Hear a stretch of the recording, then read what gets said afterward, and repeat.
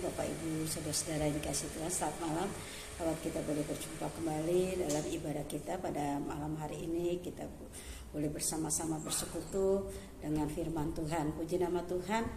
Mari kita bersama-sama menyatukan hati kita, menyiapkan hati kita untuk kita boleh mendengar firman-Nya. Terima kasih Bapak yang baik, kami bersyukur Tuhan pada malam hari ini di mana kami boleh dipersekutukan bersama-sama dalam satu roh kami untuk kami boleh bersekutu dengan firman-Mu ya Bapa. Terima kasih Tuhan buat kesempatan yang indah yang Tuhan berikan bagi kami untuk kami boleh menikmati berkat yang daripada Tuhan. Kami bersyukur untuk penyertaan perlindungan yang Tuhan berikan bagi kami, bersyukur untuk berkat-berkat nikmat sebagai orang percaya Tuhan. Kami bersyukur Tuhan untuk pemeliharaan Tuhan yang sungguh ajaib dalam kehidupan kami. Kami rindu senantiasa Tuhan firman-Mu yang sebentar kami akan dengar Tuhan boleh memberkati kehidupan kami. Dan kami rindu Tuhan, setiap kami rindu untuk boleh mendengar firman-Mu Tuhan. Karena kami yakin dan percaya hanya firman-Mu satu-satunya penolong kami. Firman-Mu yang memberikan kami kekuatan, firman-Mu yang memberikan kami penolong bagi kami ya Bapak. Terima kasih Bapak yang baik, terima kasih. Kami serahkan semua ke dalam tangan Tuhan. Tuhan mengurapi kami semua, setiap telinga hati kami, pikiran kami, dan supaya kami boleh mengerti Tuhan setiap firman-Mu, dan kami boleh diberikan kecakapan untuk melakukan firman-Mu Bapak. Hamba-Mu yang akan memperkatakannya, kiranya Tuhan juga memberkati dan mengurapi.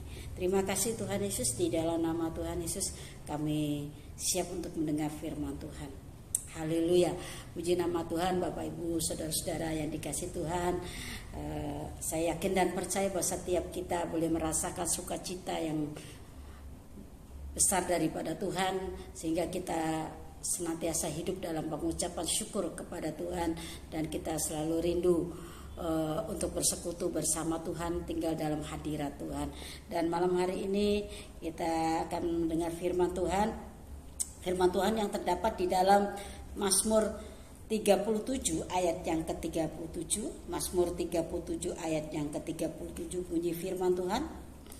Perhatikanlah orang yang tulus dan lihatlah kepada orang yang jujur, sebab pada orang yang suka damai akan ada masa depan. Ya. Jadi saya ulang kembali pembacaan kita. Perhatikan orang yang tulus dan lihatlah kepada orang yang jujur, sebab pada orang yang suka damai akan ada masa depan. Ya. Firman Tuhan pada malam hari ini bicara tentang akan ada masa depan. Ya. Akan ada masa depan. Nah, tentu masa depan yang Tuhan tawarkan bagi kita yaitu masa depan yang penuh pengharapan sesuai dengan firman-Nya di dalam Yeremia 29 ya. Yeremia 29 ayat yang ke-11, ayat yang tidak asing lagi ya. Tuhan mengatakan, sebab aku ini mengetahui rancangan-rancangan yang ada padaku mengenai kamu, demikian firman Tuhan, yaitu rancangan damai sejahtera dan bukan rancangan kecelakaan, untuk memberikan kepadamu hari depan yang penuh harapan. Nah, jadi masa depan yang Tuhan Yesus tawarkan, yang Tuhan Yesus janjikan adalah masa depan yang penuh dengan harapan. Berbeda dengan masa depan yang dunia janjikan, yaitu hanya soal lahiriah, soal kemapanan yang ada di bumi ini, soal kenyamanan yang ada di bumi ini, namun tidak ada jaminan masa depan yang penuh harapan itu yang Tuhan berikan, yaitu sampai kepada kekekalan yang Tuhan berikan, yang Tuhan janjikan bagi setiap kita orang percaya, ya, yaitu masa depan kita di bumi dan di sorga, di kekekalan nanti yang akan datang. Ya, betul sebab firman Tuhan saya katakan juga bahwa ibadah itu mengandung janji untuk hidup saat ini dan hidup akan datang. Itulah firman Tuhan ya. Jadi masa depan yang Tuhan berikan itu sampai kepada masa depan kekekalan. Manusia tidak pernah tahu ya akan hidupnya, kan masa depan untuk hari esoknya. Namun firman Tuhan sudah mengatakan ya bahwa Tuhanlah yang mengetahui masa depan. Tuhanlah yang mengetahui masa depan kita. Tuhanlah yang tahu akan hari esok kita. Ya, kita tidak pernah tahu apa yang akan terjadi di kemudian hari. Namun firman Tuhan mengatakan orang benar itu orang yang hidup di dalam Tuhan akan tahu masa depan. Masa depan yang pasti yaitu di dalam Tuhan. Ya, masa depan yang pasti Tuhan akan berikan itu. Dan Tuhan sudah janjikan bahwa Tuhan telah memberikan rancangan-rancangannya. Tinggal kita mau untuk memasuki, untuk kita bertindak dengan iman percaya untuk meraih janji itu, meraih masa depan yang penuh harapan itu. Ya, jadi kitab Mazmur dikatakan bahwa di ayat yang ke-37 dikatakan, sebab pada orang yang suka damai akan ada masa depan. Ya, jadi Bapak Ibu saudara-saudara yang dikasih Tuhan, di sini ada masa depan ya bagi orang yang berkenan di hadapan Tuhan. Jadi tentunya masa depan yang Tuhan berikan tentu juga ada setiap akan ada aturannya untuk menerima masa depan yang penuh pengharapan itu. Untuk ada yang Tuhan mau kita kerjakan ya. Sebagai orang percaya, yang pertama pemazmur katakan, perhatikanlah orang yang tulus dan lihatlah kepada orang yang jujur. Yang pertama ya, siapa yang memiliki masa depan itu? Siapa yang memiliki masa depan yang akan mencapai masa depan yang Tuhan janjikan itu? Ya, dan pemazmur katakan bahwa yang pertama adalah orang yang tulus ya. Perhatikan orang yang tulus. Orang yang tulus itu orang yang katakan orang yang tidak memiliki kepura-puraan ya. Orang yang apa adanya ya, itu orang tulus. Orang yang suka berbuat baik namun tidak menginginkan imbalan ya. Dia melakukan perbuatan baiknya dengan ketulusan hati, dengan tidak ada maksud tertentu ya. Ini orang-orang tulus, dan orang tulus ini senantiasa hidupnya dalam lurus-lurus saja, hidup dalam kebenaran, hidup dalam kejujuran. Jadi katakan di situ, perhatikanlah orang tulus dan orang jujur. Jadi orang tulus ini juga termasuk orang jujur ya, senantiasa hidup di dalam kebenaran. Firman Tuhan kata di dalam Matius pasal 5 ayat 37 katakan orang yang dikatakan orang jujur, jika iya katakan iya, jika tidak katakan tidak. Berani berkata iya, berani berkata tidak untuk sebuah kebenaran ya. Untuk sebuah kebenaran katakan iya, untuk sebuah ketidakbenaran katakan tidak. Kita harus berani, itu dikatakan jujur, tidak berdusta, tidak suka berkata berkata yang tidak benar ya. Jadi orang-orang yang tulus dan orang-orang yang jujur dikatakan. Perhatikan orang-orang tulus dan orang jujur ya, karena tulus dan jujur ini hampir sama ya, hampir, karena dalam orang tulus pasti ada kejujuran ya, ada kerendahan hati ya, itu. Kalau kita baca di dalam kitab Pemazmur ini pasal 37, sungguh luar biasa berkat yang Tuhan janjikan bagi orang-orang ya yang sungguh-sungguh melakukan apa yang Tuhan kehendaki ya, yaitu kriteria orang-orang yang akan memiliki masa depan. Dikatakan akan ada masa depan bagi orang-orang yang tulus hatinya, orang-orang yang jujur ya. Sulit untuk mendapati orang-orang jujur, bahkan di kalangan orang-orang Kristen pun, orang-orang yang dikatakan beriman, dikatakan orang-orang yang percaya kepada Tuhan, itu banyak orang-orang yang tidak jujur ya, baik di dalam pekerjaan, baik dalam lingkungan, dalam keluarga saja. Itu banyak, antara suami istri itu banyak ketidakjujuran. Sebab itu sering terjadi yang namanya perkelahian, ada yang namanya terjadi ketidak ada damai sejahtera di dalam rumah tangga, ya, dalam kehidupan. Karena apa? Karena tidak jujur, ya, bahkan tidak ada ketulusan di dalam kehidupan, ya, dalam kehidupan seseorang. Nih, maka orang-orang yang demikian ini jangan mengharap akan mendapatkan atau menerima, ya, memiliki masa depan yang Tuhan berikan ini. Karena selagi kita ada di bumi ini, kita masih dipersiapkan untuk masuk ke masa depan itu. Kita sedang masuk, kita akan tugas kita adalah mempersiapkan diri kita. Tugas kita adalah untuk melakukan satu tindakan, ya, tindakan untuk masuk dalam rancangan yang Tuhan sudah berikan itu. Bahwa rancangan, kita tahu bahwa rancangan Tuhan itu rancangan penuh damai sejahtera, ya. Tuhan tidak pernah merancangkan kecelakaan. Namun apa yang terjadi seringkali kita mengalami hal-hal yang sepertinya tidak mengenakan, seperti yang tidak peristiwa yang tidak kita inginkan.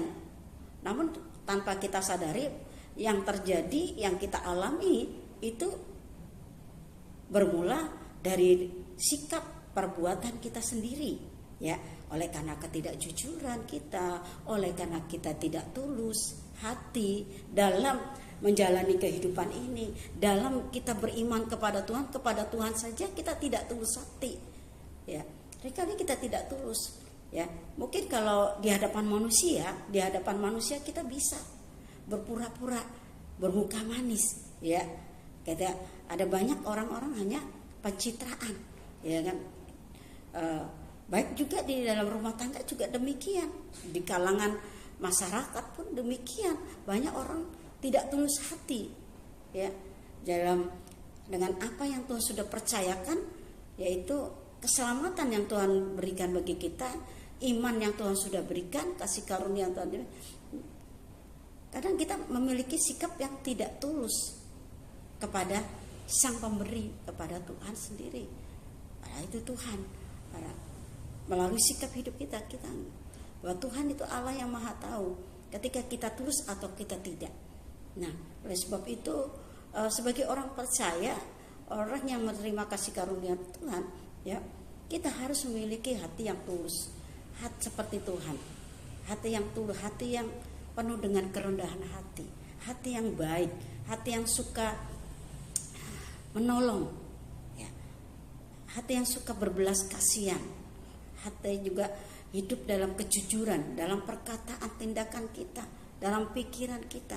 Jangan sampai kita memiliki pikiran-pikiran yang jahat, ya, baik terhadap Tuhan, baik terhadap manusia, sesama manusia. Firman Tuhan katakan bahwa hukum yang terutama adalah yaitu kasihlah Tuhan Allahmu dengan segenap hatimu, jiwamu, segenap akal budimu, dan kasihlah sama manusia. Nah, ini sebagai orang yang percaya, sebagai orang yang beriman, ini kita harus lakukan, mengaplikasikan kasih kita melalui kehidupan pribadi kita, sikap hidup kita, ya, dengan menjadi pribadi yang tulus, ya, pribadi-pribadi yang jujur. Ya. Ada banyak, mengapa orang tidak jujur? Karena ingin memiliki lebih daripada yang seharusnya, yang sebenarnya. Karena ada banyak orang-orang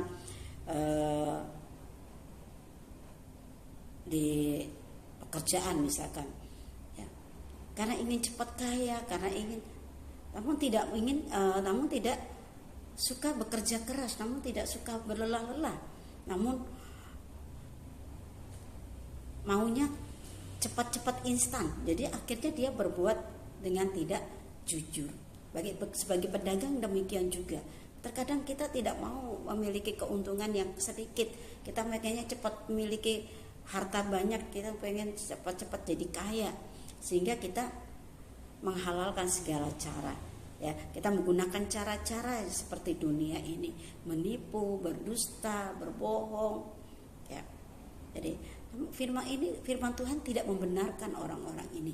Tuhan menginginkan orang-orang yang di dalam Tuhan, yang mewarisi negeri yang Tuhan janjikan, yaitu masa depan yang penuh harapan, ini adalah orang-orang yang hidup di dalam kebenaran, hidup dalam takut akan Tuhan, hidup dalam ketulusan, kerendahan hati, ya. Lalu yang selanjutnya adalah dikatakan ayat 3, sebab pada orang yang suka damai akan ada masa depan. Ya, mengapa dikaitkan dengan akan ada orang yang suka, ya, orang yang suka damai? Jadi kalau orang tulus, orang yang jujur ini suka damai, hidup dalam damai, ya. Namun ada banyak orang-orang yang ini kalau kita baca di dalam perikop ini, ada orang benar, ada orang fasik. Nah, namun orang fasik ini nggak suka dengan damai, hidup tenang, hidup damai itu tidak suka. Orang fasik itu adalah orang, sebetulnya orang, mereka tidak takut akan Tuhan, ya. Orang fasik ini tidak percaya penuh kepada Tuhan, dia membuat kejahatan dikatakan. Makanya dikatakan dia nggak suka damai. Namun orang-orang yang tinggal di dalam firman Tuhan pasti hidupnya suka damai. Bahkan hasil dari buah roh, hasil Roh Kudus itu sendiri, orang-orang yang dipenuhi oleh Roh Kudus harus memiliki roh damai sejahtera.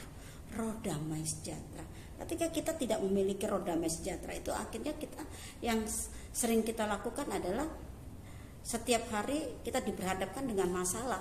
Bahkan kita bukan lagi dikatakan orang yang membawa damai, namun bukan orang yang suka damai, namun kita adalah orang-orang yang suka cari-cari masalah, pembuat masalah, ya. Setiap hari masalah itu ada. Namun orang-orang fasik, orang-orang penjahat, ya, orang penjahat itu, ya, disebut firman Tuhan orang penjahat, orang-orang jahat itu pendurhaka, itu orang tidak suka damai, ya. Sukanya cari masalah, ya. Setiap hari cari masalah, setiap hari selalu membuat masalah.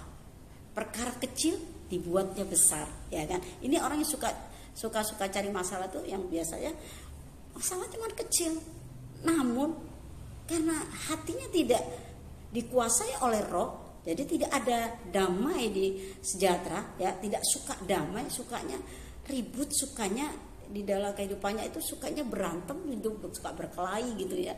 Ya kalau orang kan sukanya begitu. Ada, kalau kita lihat di medsos itu kan ada banyak, kita lihat orang-orang itu nggak suka damai. Kalau orang suka damai itu menyelesaikan masalah itu dengan baik-baik. Namun kalau orang yang nggak suka damai, sukanya ribut-ribut, ya, teriak-teriak gitu. Kalau di medsos saya lihat tuh, kenapa sih harus dengan cara demikian, ya? Kenapa harus dengan cara marah-marah gitu? Jadi di firman Tuhan katakan hanya orang yang suka damai yang akan mewarisi negeri, yang akan menerima masa depan itu, yang ada masa depan. Orang yang nggak suka damai, ya, yang tidak ada masa depan. Jadi berhati-hatilah ketika kita bertindak, ya. Apa yang kita perbuat, keputusan kita hari ini itu menentukan masa depan kita, ya. Jadi apa yang kita buat hari ini, kita akan menuai di masa yang akan datang. Namun jika kita menabur atau kita keputusan kita untuk berbuat baik, berbuat untuk seturut dengan kehendak Tuhan, maka kita akan melihat baik masa depan yang ada di bumi ini dan masa depan yang akan datang. Itu pasti bahwa Tuhan yang berfirman itu tidak pernah lalai dalam menepati janjinya, ya. Ketika kita hari ini, mungkin hari ini kita mengalami persoalan, kita mengalami seperti kita jalan buntu, kita mengalami keputusasaan oleh karena begitu banyak persoalan-persoalan. Dan yang pasti itu oleh karena perbuatan-perbuatan kita di masa lalu yang telah kita lakukan. Kesalahan-kesalahan kita di masa lalu itu menentukan saat ini, ya, menentukan hari ini, masa depan hari ini, masa depan nanti. Itu ditentukan oleh apa yang kita kerjakan hari ini, ya. Jadi firman Tuhan katakan orang yang suka damai. Dan di dalam Matius pasal 5 khotbah Tuhan Yesus, khotbah Yesus di bukit itu, ya, di dalam Matius 5 ayat yang ke-9 dikatakan, Matius 5 ayat yang ke-9,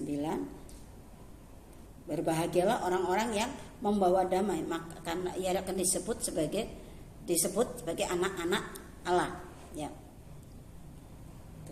Jadi berbahagia orang yang suka membawa damai. Firman Tuhan Yesus katakan berbahagia. Jadi orang-orang yang berbahagia itu orang-orang yang suka membawa damai.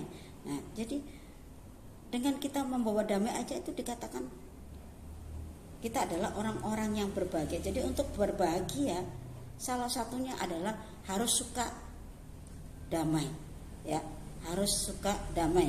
Dan dikatakan pembawa damai. Pembawa damai itu di mana-mana kita hadir, ya, di mana-mana kita hadir itu kehadiran kita tuh memberikan damai bagi orang lain, memberikan damai sejahtera.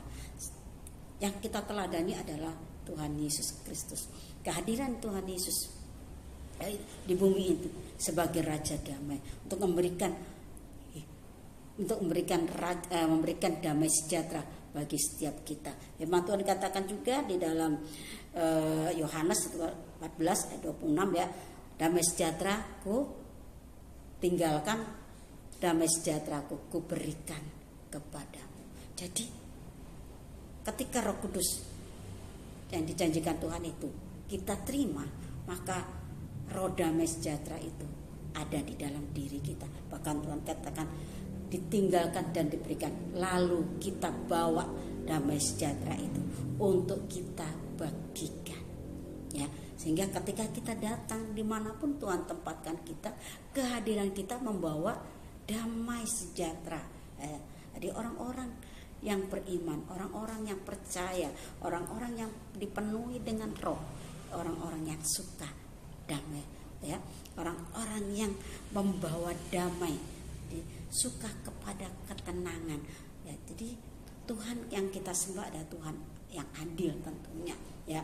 Tuhan tidak semua orang yang akan masuk ke dalam tempat perhentian menerima masa depan itu. Dikatakan hanya orang yang jujur, orang yang tulus, orang yang suka damai. Nah, kalau semua orang fasik, ya, semua penjahat masuk ke dalam ada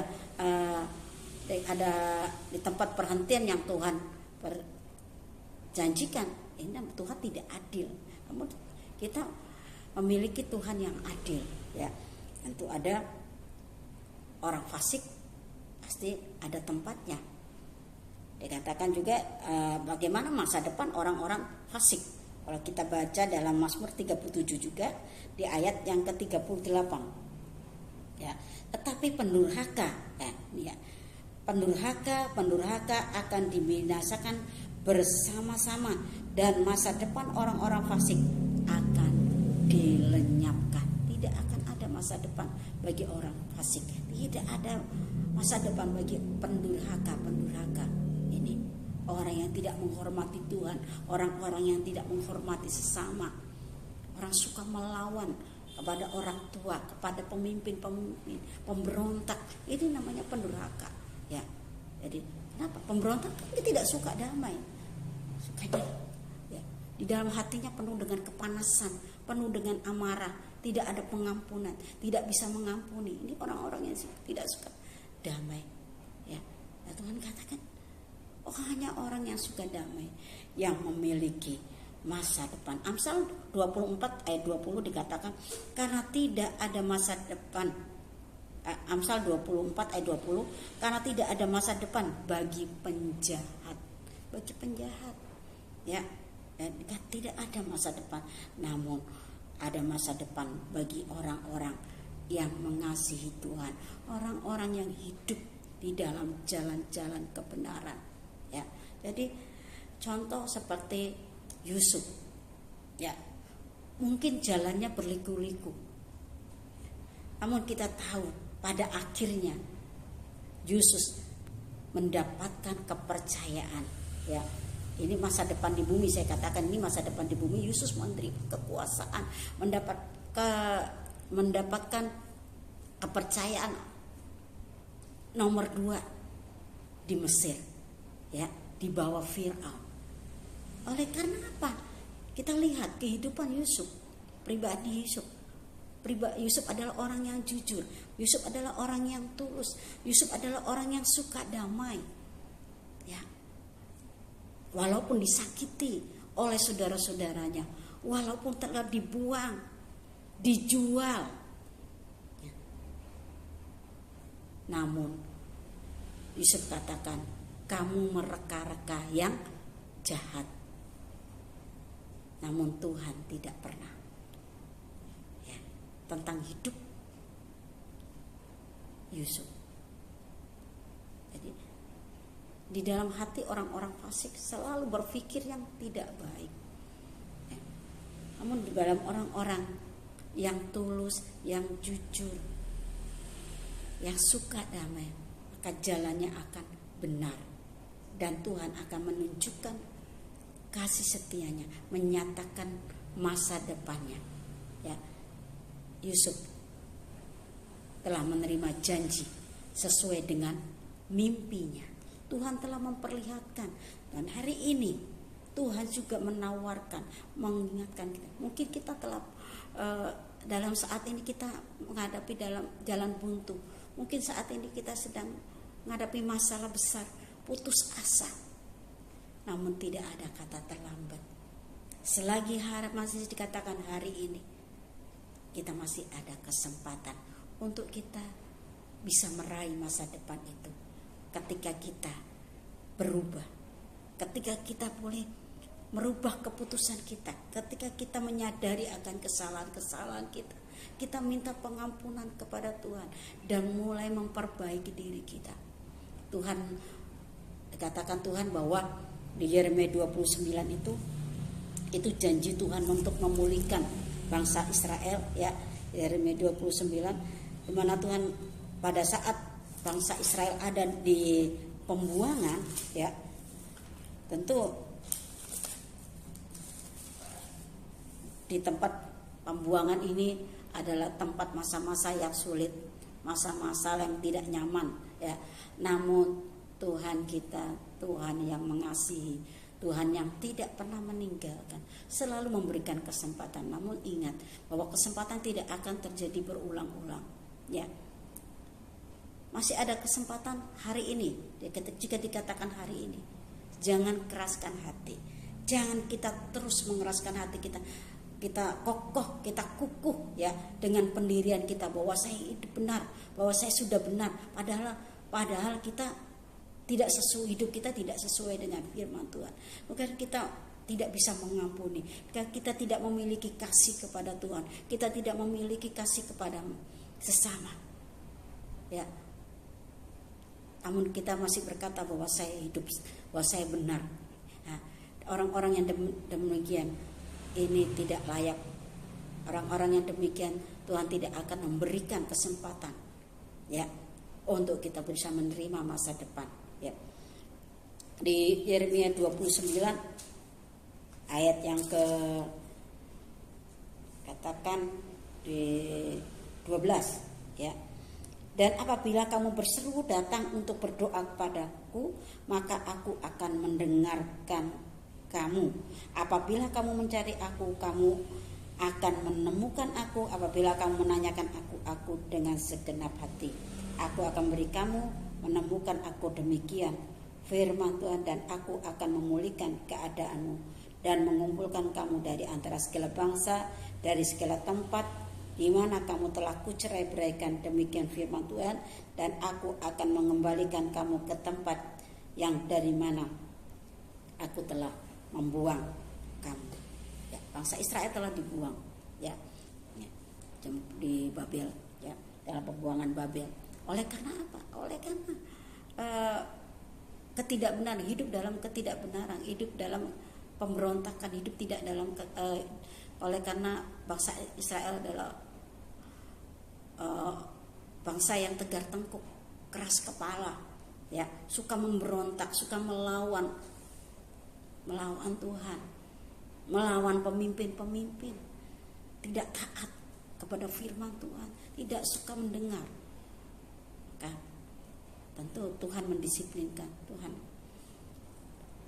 tidak ada seorang bapak ya yang tidak ingin melihat anak-anaknya hidup dalam kebenaran. Tidak ada seorang orang tua membiarkan anak-anak itu berbuat jahat.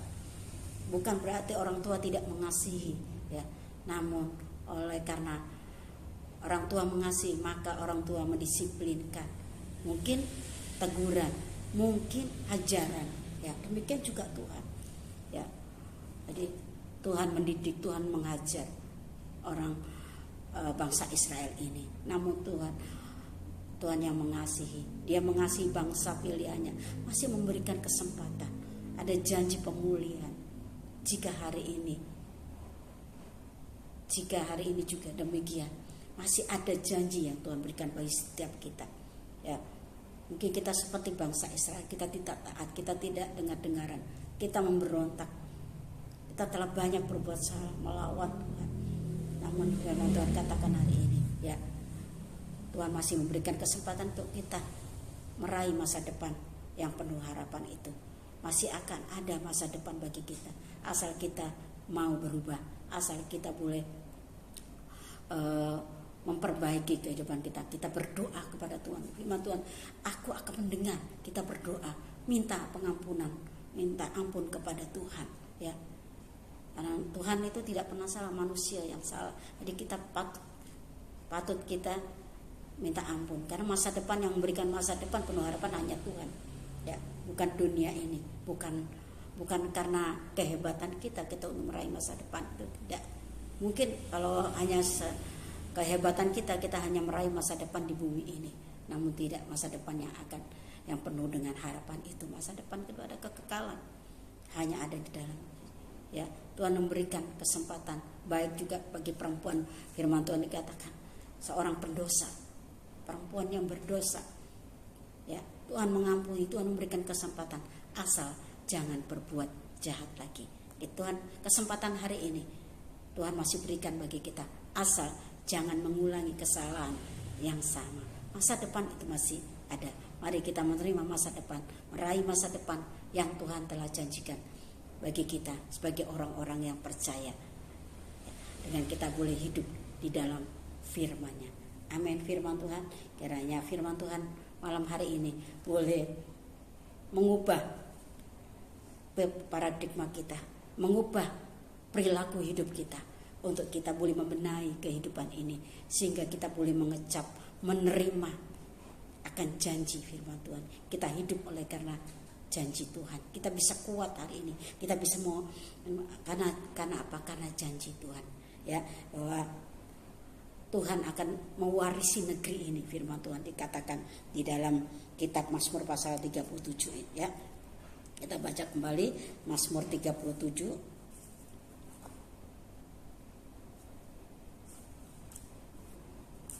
Ya, satu ayat, ya. Nama Tuhan.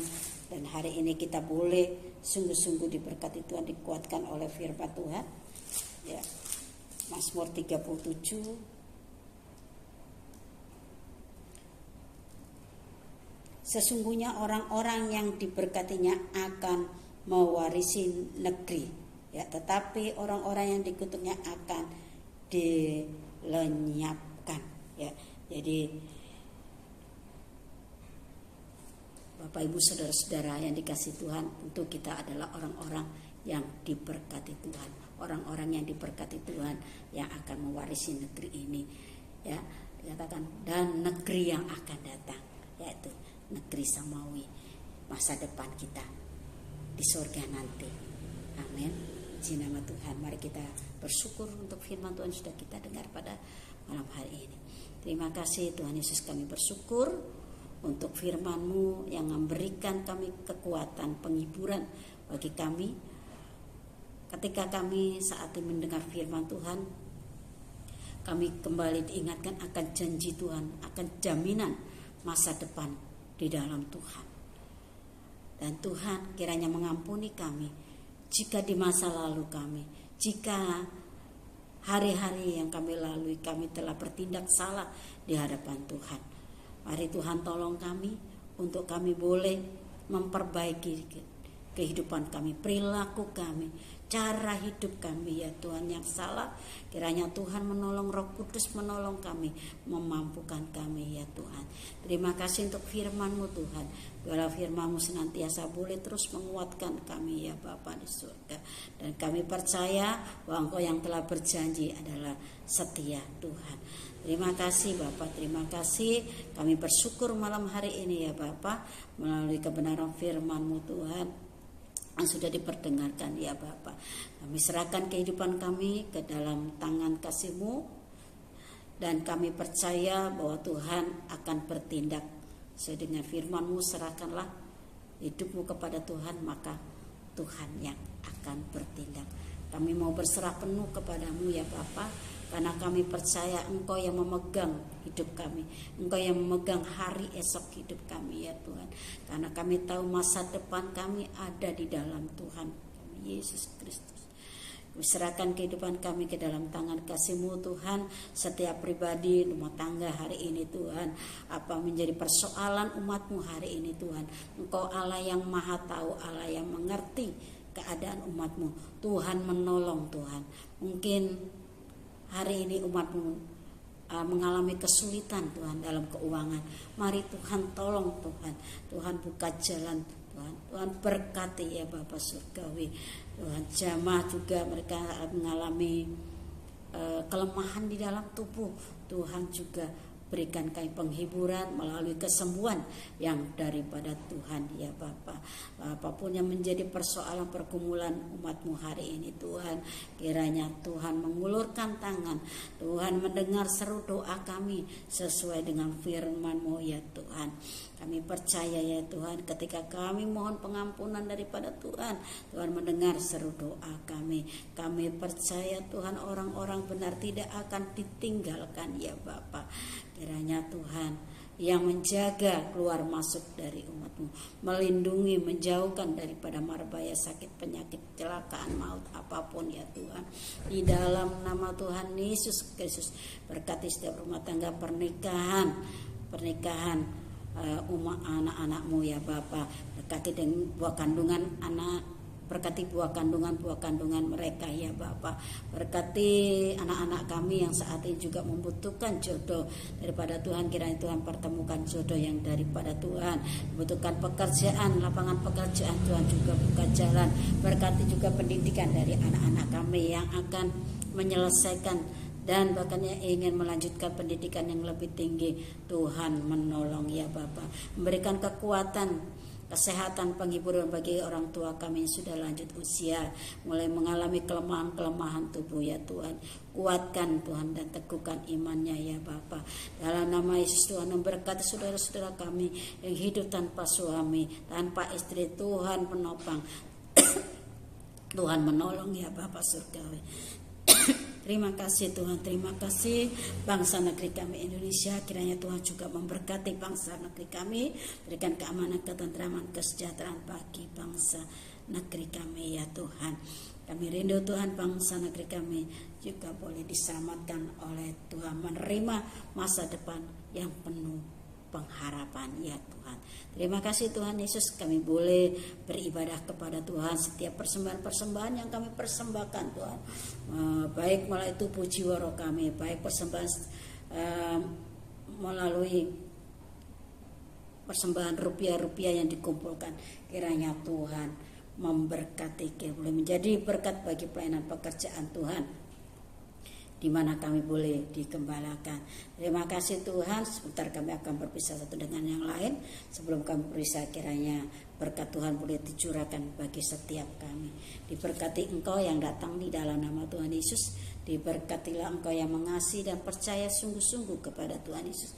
Diberkatilah rumah tanggamu, diberkatilah anak cucumu, diberkatilah pekerjaanmu, diberkatilah tangan-tanganmu, apa yang engkau buat jadi berhasil, diberkatilah lumbung-lumbungmu, diberkatilah buah kandunganmu, diberkati keluar masukmu, diberkati hidupmu, hidupmu menjadi berkat bagi banyak bangsa. Terimalah berkat anugerah damai sejahtera dari Allah Bapa di surga, cinta kasih dari Tuhan Yesus Kristus, persekutuan penyertaan Roh Kudus-Nya menyertai engkau dan saya dari sekarang sampai Maranatha. Tuhan Yesus datang untuk menjemput kita sekalian dalam berkat nama Tuhan Yesus Kristus.